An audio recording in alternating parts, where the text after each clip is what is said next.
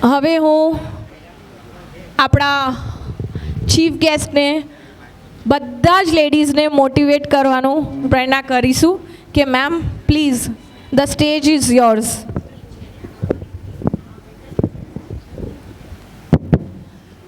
સૌને નમસ્કાર, very good morning. ક્યારની હું વિચારતી હતી કે શું વાતથી શરૂઆત કરું.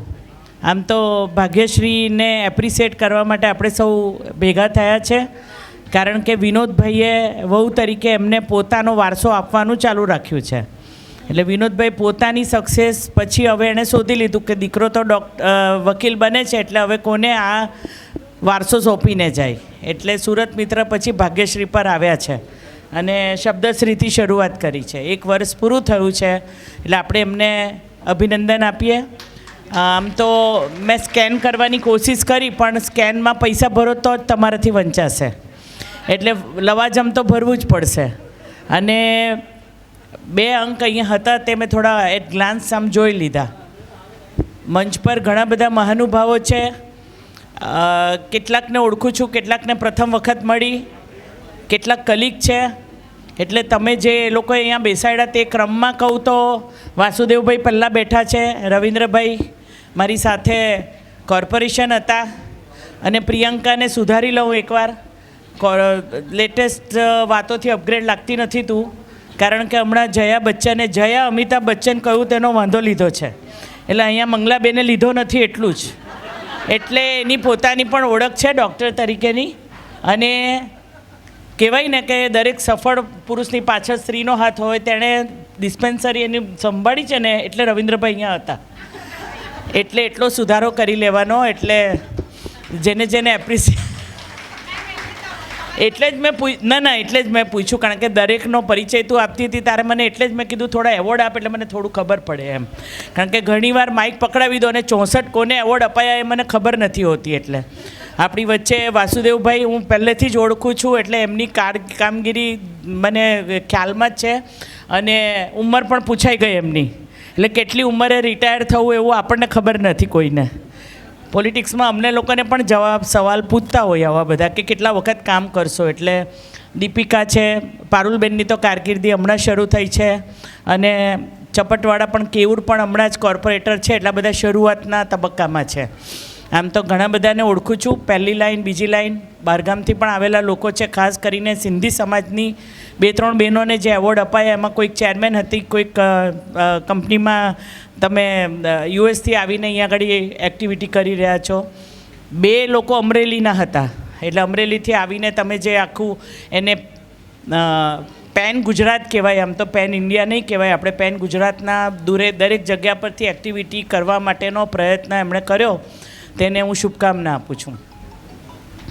ખુશમનબેન, ઉંમર ઘણી થઈ ગઈ, પણ આપણે વર્ષોથી કામ કરીએ છીએ, એટલે હું પ્રજ્ઞાબેનને આ બધાને અહીંયા તો તમે પદ્મશ્રી લીધેલા બેનને પણ બેસાડી દીધા છે, એટલે એનાથી મોટો તો એવોર્ડ કોઈ હોય નહીં. અરે રાષ્ટ્રીય એવોર્ડથી મોટા, છતાં રીટાબેનને અહીંયા બેસાડ્યા છે. એટલે આપણે સક્સેસ સ્ટોરી એ લોકોની સાંભળજો ચોક્કસ. હંમેશા એવું હોય કે એમાંથી કશું ને કશું શીખવાનું હોય. જે શબ્દશ્રીના ખેસથી તમે સ્વાગત કર્યું, અને જે ખોલતા વાર લાગતી હતી એ ટેક્સટાઇલમાં આવે, અને એ કેસ ઘરે જઈને ખૂણામાં મુકાઈ જશે. બીજું એક સૂચન મને દેખાયું કે દરેકે પોતાની રીતે કરવાનું હોય, એટલે 2 સૂચન મને વિનોદભાઈને કહેવાનું મન થાય છે. એક અહીંયા બુકે આપ્યો છે, તે બુકે સારું છે કે ફ્લાવર બગડી જાય એવા નથી, પણ એ કોણે બનાવ્યા છે સંસ્થાનું નામ લખવાનું ચોક્કસ. જ્યારે પણ બનાવો ને તો એને એપ્રિશિએટ કરવાનું. એટલે બીજા કોઈને મેં પહેલું જોયું પણ પાછળ દેખાયું નહીં મને કે આ કોણે બનાવ્યું છે. એટલે કોઈક સંસ્થા આવું બનાવતી જ હશે, અને ખાસ કરીને દિવ્યાંગો અને એવા લોકો જે પોતે આવી એક્ટિવિટી કરતી સંસ્થા હોય છે, એવી ઘણી બધી વસ્તુ બનાવતા હોય છે. ત્રીજી વાત આવી એવોર્ડ, મોટા એવોર્ડ જે લાકડાના છે, એટલે પ્રજ્ઞાબેન પાસે તો ઢગલા હશે, સેલ્ફ પર એક નવું ગોઠવાઈ જશે. હું એ વાતથી સંમત નથી થતી, કારણ કે મેં બહુ બધા 15 વર્ષમાં આવું બધું મને આપ્યું, અને મને આપ્યા પછી એનું શું કરવું તેના માટે પણ મારે સંશોધન કરવા પડ્યા કે ભાઈ આ લાકડાના આને શું કરવું. હું એક નવું રિસર્ચ કરી રહી છું અને ટૂંક સમયમાં એના માટે હું બહાર પાડવાની જ છું એ વાતને, એટલે એ વસ્તુને, કે જેથી એ ઘરની અંદર ઉપયોગ પણ થાય અને એક સુરતની ઓળખ પણ કાયમ થાય એવા હોય.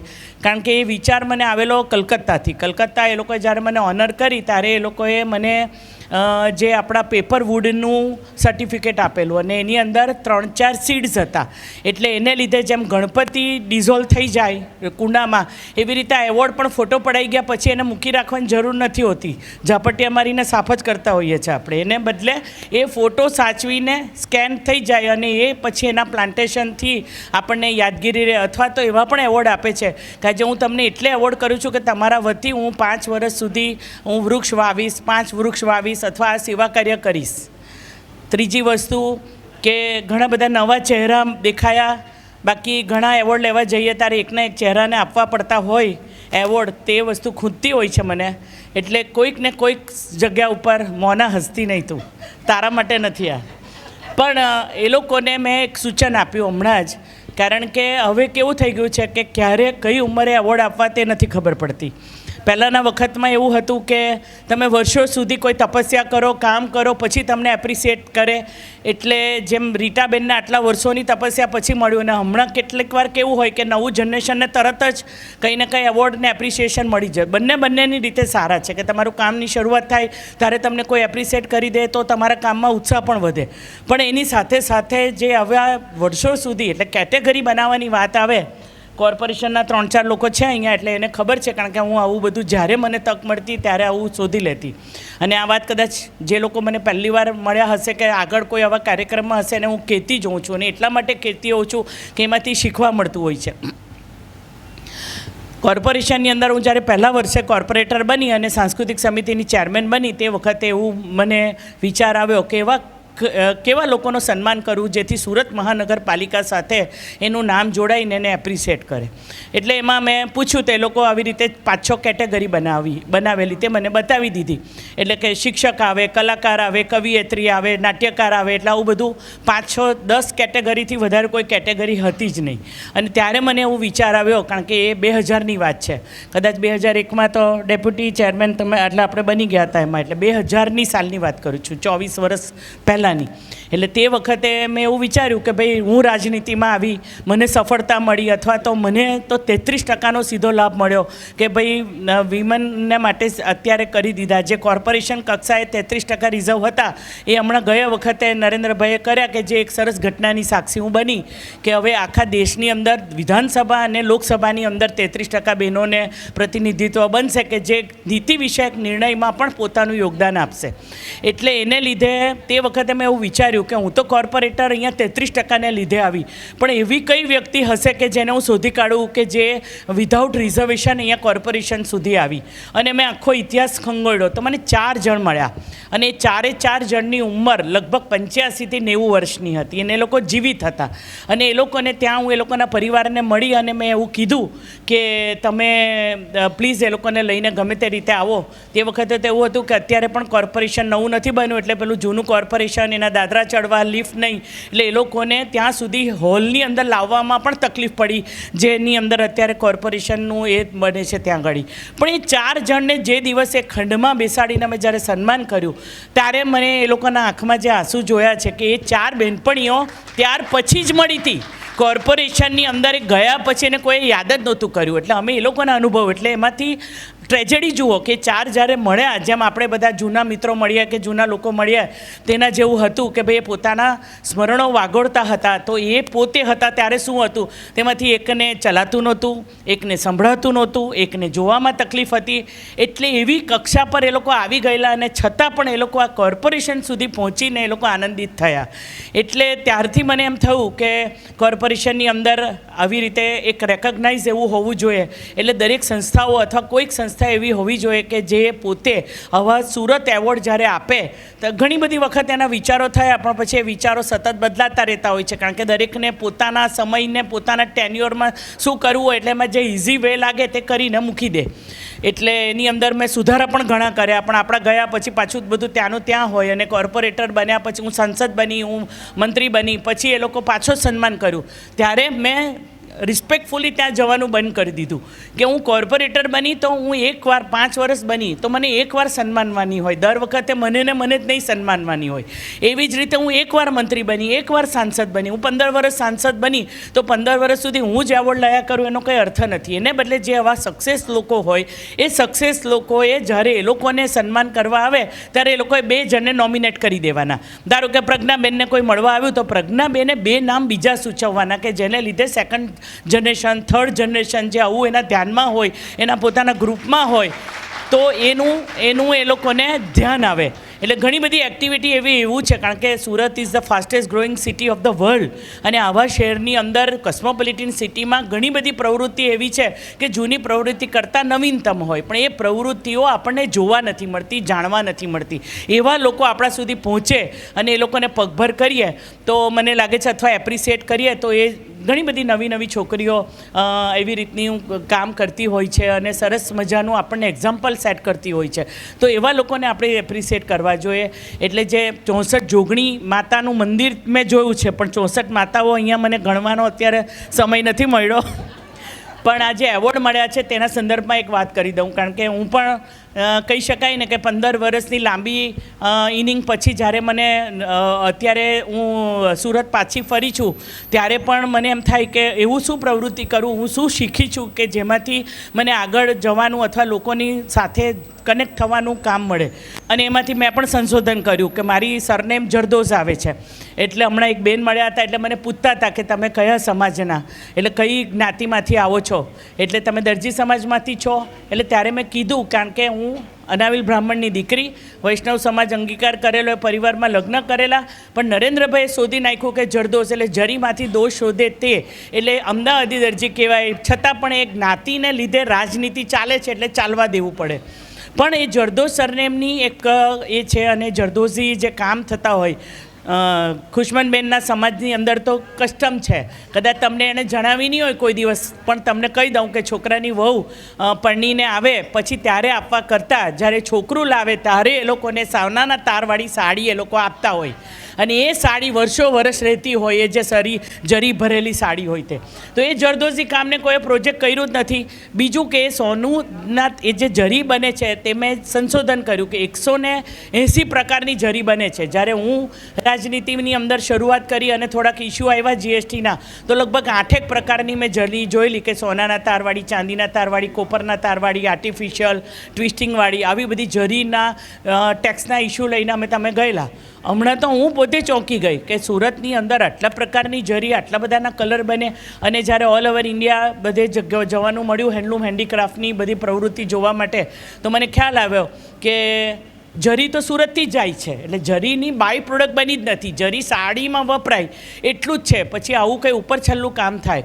એટલે એમાં અત્યારે વર્લ્ડ જે કામ કરી રહ્યું છે, કે ખાસ કરીને મારો અનુભવ, હું લાંબુ નહીં બોલીશ કારણ કે બધા બહુ બધા તમારી લિસ્ટ લાંબી છે ને તમે તો બધા એકદમ સિરિયસ સ્ટુડન્ટની જેમ ધ્યાનથી સાંભળી રહ્યા છો.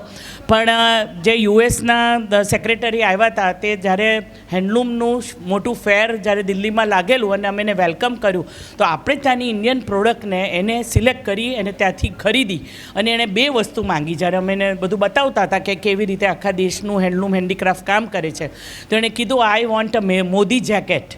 અને મોદી જેકેટ અમે શોધ્યું તો હિમાચલ, કારણ કે પાતળીને સ્કીની હતી, તો હિમાચલના ત્યાં એવા જેકેટો પડેલા હતા. બાકી તો આમ મોદી જેકેટ સીવડાવવા પડે એવા બધા એ સ્ટાઇલના.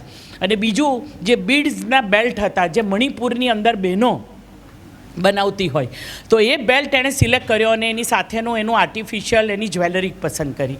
એટલે ત્યાર પછી એવું જોયું કે ખૂબ બધી જગ્યા ઉપર જ્યારે G20 સમિટ પણ થઈ અને જે બધાને ગિફ્ટ આપવામાં આવ્યા, તેમાં પણ આપણું ઇન્ડિયન કલ્ચરને, ઇન્ડિયન વસ્તુને લોકો બહુ જ પસંદ કરે છે, જે હેન્ડલૂમ હેન્ડીક્રાફ્ટ કહેવાય. એટલે એવી એવોર્ડ એવા સાથે જોડી દેવાના કે જેથી એ વસ્તુ ઘરની અંદર રહે.